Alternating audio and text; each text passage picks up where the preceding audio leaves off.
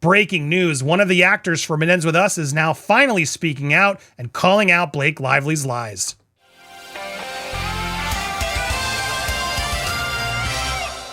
Welcome to Popcorn Planet. I am Andy Signore, and this is big. This just in, literally. It Ends With Us actor is claiming Blake Lively's twisted facts and bombshell lawsuit. She never complained on set. Now, this is actor Adam Monsheen. Sorry if I'm not saying that right. He portrayed Dr. Dunbar, the actor who was her OBGYN, the one who delivered the baby, the one that Blake Lively accused of being, creepy. I don't know what she was even trying to allude, but tried to claim that because he was friends with Justin, it was inappropriate that he was cast as the doctor. Here he is.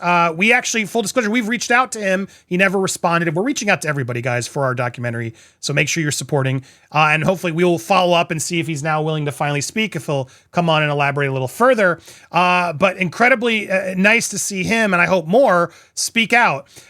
Here he is talking about it, about that specific scene. I'm not going to speculate as to Miss Lively's motivations for mentioning me in the complaint. Needless to say, my experience working with her is very different than the one she described in her lawsuit. Indeed, I was surprised to read her description of the scene. Now, for those of you who don't recall this, let's go through it. Again, he was mentioned in the amended complaint. There was obviously a lot of other accusations that she's making. But this scene where his friend was cast as the OBGYN. She claimed in the suit that the director introduced his best friend to play the role of the OBGYN, which ordinarily a small role of this nature would be filled by a local actor, some rando. But no, Justin hired his actual professional actor friend who lived in New York.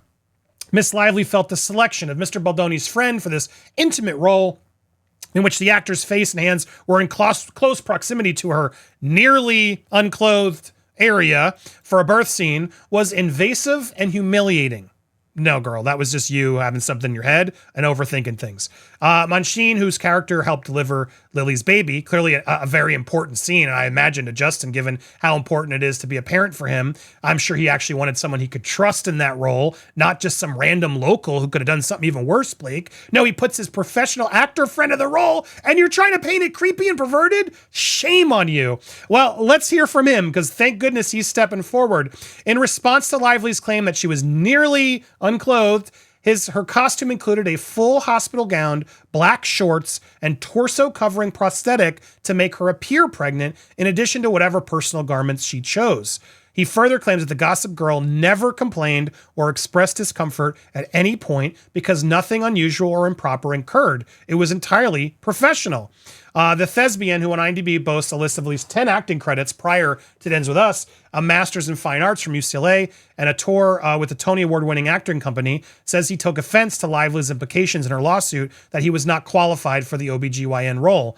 Miss Lively's insinuations regarding my qualifications are offensive, as my bona fides are easily searchable online, he tells Page 6. Lastly, I was in fact a local hire. My wife and I are from New York and spent a significant time there. As such, I, like any actor accepting that contract, was required to cover my own travel and living expenses in connection with the job.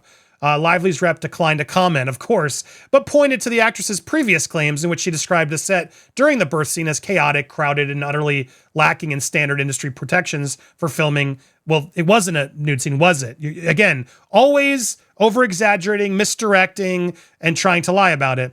Mr. Jamie Heath and Baldoni failed to close the set, allowing non-essential crew to pass through, while Miss Lively was partially unclothed from below chest down, lies, with her spread and stirrups and a small piece of fabric covering. No, that's not apparently what happened.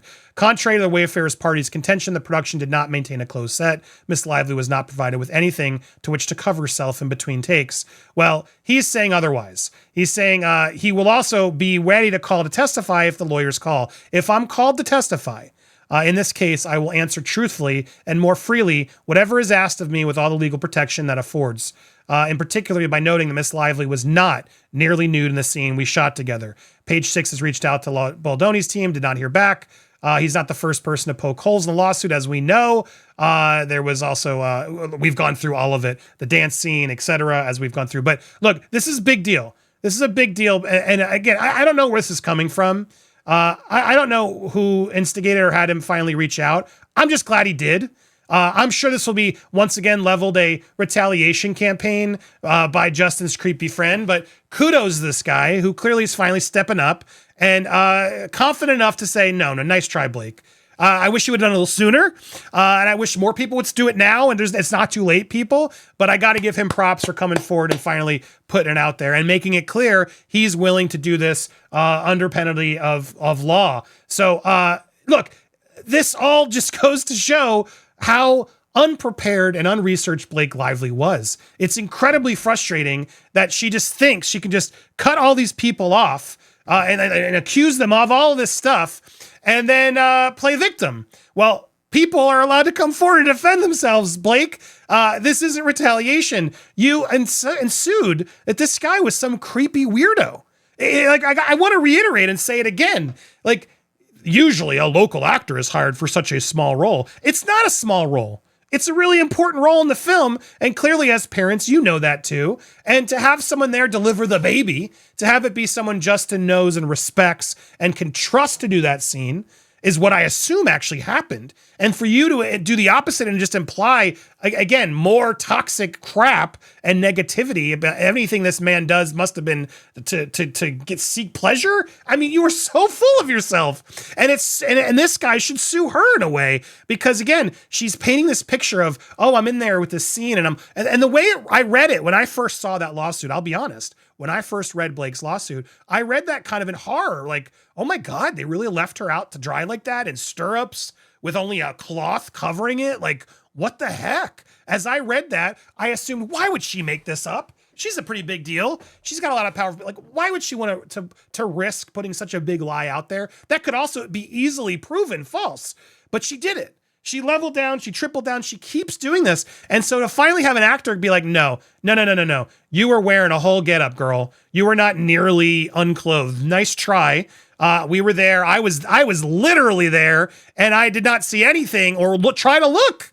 And this implication that everybody was trying to sneak a look or get a piece or flirt or whatever with Blake Lively, to me, all this just is only proving how insecure and crazy she in fact is, and how manipulative she is in trying to do all this, clearly to get control of this film, which she knew would be huge. And it's all just so sad because, look, again, I want to pump the documentary because I hope you guys will help support it. In fact, we have our With Hate Meghan premiere happening. We're going to be live literally at 3:30 today. I'm going to put a link at the end. Come join us live. We're going to talk about this and a lot of other updates that we had prepared, but I didn't want to wait on this. So I hope you'll join us, and I hope you'll support us on Patreon, because we are reaching out to a lot of people. We actually have crew members that have spoken to us. We are attempting to get some more. We're deep into post-production, but continuing to do some more interviews, and everything I'm learning from this is just how manipulative she's been, how she's trying to rewrite the history of it all. And if she had just shut up, let the bad press over the summer die away, they would have had a hit movie on their hands. They could have progressed, moved forward. None of this, I think, would have happened. It's wild how she is tripling down and continuing to try to paint herself as a victim, as now the actual witnesses are coming forward and be like, no, nice try, girl. Not anymore. I can't sit back in silence. I got to defend Justin, and I got to defend myself. So kudos to this guy, Adam. I hope we can get up more with him. I hope he does show up more and gets this under oath. Amazing to hear. What do you think? Are you surprised? I imagine you're not. Make sure you hit that subscribe button if you haven't already. Hit the bell for all alerts. Smash that thumbs up as well. And join us live. You may not get notified on the live now because I posted this. It was breaking news. So click that video right there, top left. Join us. Click notify me. Make sure you join us live. You may not get notified of the live, so come join us over there. We'll be live probably as you're watching this.